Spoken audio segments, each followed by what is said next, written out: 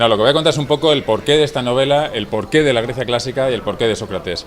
Y luego, aparte, como decía el poeta romano Horacio, hay que instruir deleitando. Es decir, el primer nivel, como digo siempre, es el nivel de intriga, el nivel de acción, el nivel de thriller. Lo que intento ofrecer a los lectores es una historia muy entretenida, una historia que no puedas dejar de leer. A veces digo que lo que quiero son lectores con ojeras. Pero detrás está el nivel de la reconstrucción histórica, que es lo más completo y riguroso que he sido capaz. Llevo 15 años escribiendo sobre el mundo griego, investigando, estudiando, para ofrecer esto a los lectores. Una versión absolutamente completa, absolutamente rigurosa.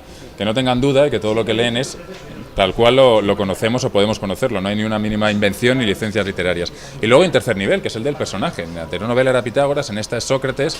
Son de los pocos grandes maestros que tiene la humanidad, entonces intento transmitir un poco lo que ellos nos enseñaron, tanto a nivel intelectual como a nivel moral. Son dos de las pocas figuras que tenemos de referencia, entonces bueno, pues intento vertebrar, intento integrar esos tres niveles, como digo, siempre primero el nivel de thriller, de enganche, de intriga, para luego lo otro, pequeñas pinceladas. En las novelas nunca hay explicaciones, nunca hay largas descripciones, lo que hay son pequeñas pinceladas, que luego cuando se ven todas juntas, si giras el libro 90 grados, al acabar de leer la novela, lo que queda en tu cabeza es, con esas pequeñas pinceladas, el fresco completo de la Grecia clásica y del gran personaje, del gran maestro que fue Sócrates. Todo, realmente estamos hablando de, en la época clásica, en la Grecia clásica, por lo que es fascinante, que es lo que cuento siempre en las conferencias, es porque de repente se alcanza, se logra la perfección, aparecen muchas de las cosas que hoy consideramos la cuna de nuestra civilización, que hoy consideramos esencial de nuestra civilización, de nuestra cultura. Y esto no es una frase hecha. Se perfecciona la arquitectura, la escultura, la pintura, aparece el teatro, aparece la historia, aparecen tantas cosas por primera vez, la medicina con Hipócrates, y aparece la primera democracia del mundo. Y en esa primera democracia es la ocasión de que surjan los primeros políticos profesionales,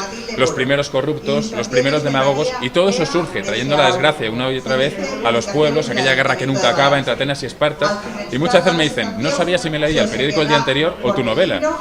Y es que es así, es que está ocurriendo lo mismo, y en 2500 años no hemos aprendido a blindar la democracia.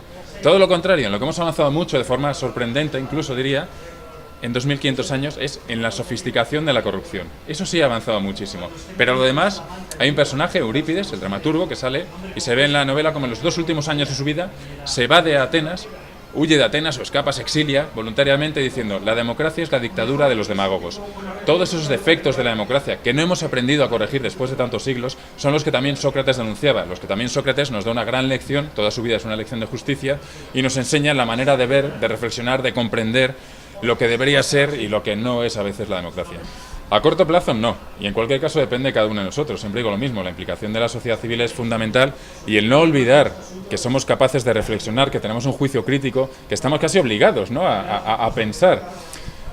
Hay una frase que me gusta mucho de Quevedo, en una obra, La hora de todos, que dice, un pueblo idiota es la seguridad del tirano. Hoy en día, que está desapareciendo de los programas de estudios, incluso todo aquello que nos enseña, que nos invita a pensar, a reflexionar, creo que es especialmente importante precisamente traer al primer gran maestro que nos dijo piensa, que nos enseñó a pensar. Eso era lo que hacía Sócrates. Al que se creía ignorante le demostraba que había conocimiento en su interior, pero no enseñándole, como se hace muchas veces hoy en día, apréndete esto de memoria. No, el conocimiento está dentro de nuestro interior y la única manera de que algo se fije como conocimiento es que nosotros lleguemos a nuestras conclusiones. Es decir, un maestro, un guía está bien, pero somos nosotros los que tenemos que llegar a una conclusión, entender la lógica. Solo entonces se fijará en nuestro interior. Y lo que tenemos que hacer es precisamente pensar, buscar e intentar comprender. Está muy bien ser un engranaje del sistema, etcétera, pero planteémonos si estamos de acuerdo en ese papel que estamos jugando y en el conjunto del sistema, cómo funciona. Esto es lo único que dice Sócrates. Piensa. Y en la novela yo digo lo mismo. No digo piensa esto, piensa lo otro. Lo que digo es piensa. Bueno, realmente yo creo que sí se pueden cambiar las cosas, que hay que cambiarlas desde dentro, y yo soy más contrario a revoluciones y más favorable a las evoluciones. Pero realmente no soy muy optimista, porque si vemos a lo largo de toda la historia, solo ha habido un caso único en toda la historia, que es precisamente el de la anterior novela, el de Pitágoras, en el cual un personaje, un intelectual, diseña un sistema teórico ideal, político, una utopía, y la lleva a cabo. Solo ha ocurrido una vez en la historia, y fue Pitágoras, al cual voluntariamente, entre el carisma que tenía y lo arrollador que era su intelecto, pues consiguió que le cedieran voluntariamente el gobierno una decena de ciudades de la antigua Grecia, la Magna Grecia, las colonias griegas en Italia. Esto es 1 millón de personas sobre las que gobernaba. Lo convirtió en el segundo hombre más poderoso de su época, solo por detrás del rey Darío de Persia. Y el sueño de Pitágoras era una comunidad de naciones gobernadas con principios de igualdad, justicia y hermandad. Esto ha ocurrido una vez en la historia. Lo podemos intentar, lo seguimos intentando, que vuelvan a ser esos los principios que nos gobiernen, pero ha ocurrido una vez.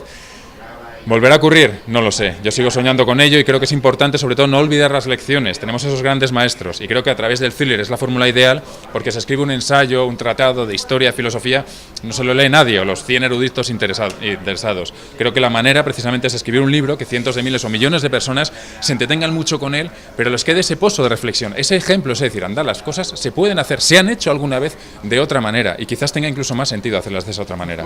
Siempre digo lo mismo, a mí me encanta cuando un lector llega y me dice, me he entretenido mucho con tu novela, pero me resulta mucho más satisfactorio y gratificante cuando dice, lo que más he valorado de esta novela es lo que he aprendido con ella, lo que me ha hecho reflexionar, además, por supuesto, entretenerme, eso es un sine qua non. Y me hablan mucho de la parte política, precisamente, decir, oye, me ha mostrado un poco, me ha servido de perspectiva entre lo que puede ser o lo que unos pensadores ideales, ¿no?, como fue Sócrates o como fue Pitágoras, decían que tenían que ser las cosas y lo que son en la realidad. Y esto está bien para no olvidarnos, para no decir, bueno, las cosas son así y ya está. No, eso no es necesario.